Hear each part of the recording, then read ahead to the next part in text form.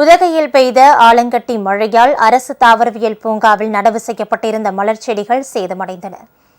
உதகையில் உள்ள அரசு தாவரவியல் பூங்காவில் சுற்றுலா பயணிகளை கவர்வதற்காக 3 லட்சம் மலர் செடிகள் நடவு செய்யப்பட்டுள்ளன. இந்த சூழலில் ஊட்டியில் கடந்த 4 நாட்களாக மழை பெய்து வருகிறது. நேற்று ஆலங்கட்டி மழை பெய்ததால் செடியில் இருந்த மலர்கள் உதிர்ந்தும் அழுகியும் வருகிறது. இதனால் பூங்கா ஊழியர்கள் கவலையடைந்துள்ளனர்.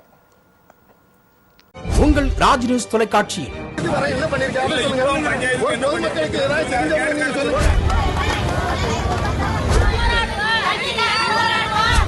ரோட்டை அப்படியே போட்டு வச்சிருக்காங்க.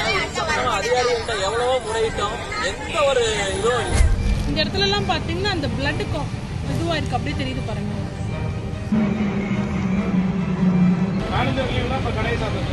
திங்கள் முதல் வெள்ளி வரை தினந்தோறும் பிற்பகல் 2 மணிக்கு உங்கள் பகுதியில் உள்ள குறைகளை நேரலையில் தெரிவிக்கும் புகார் பெட்டி நிகழ்ச்சி.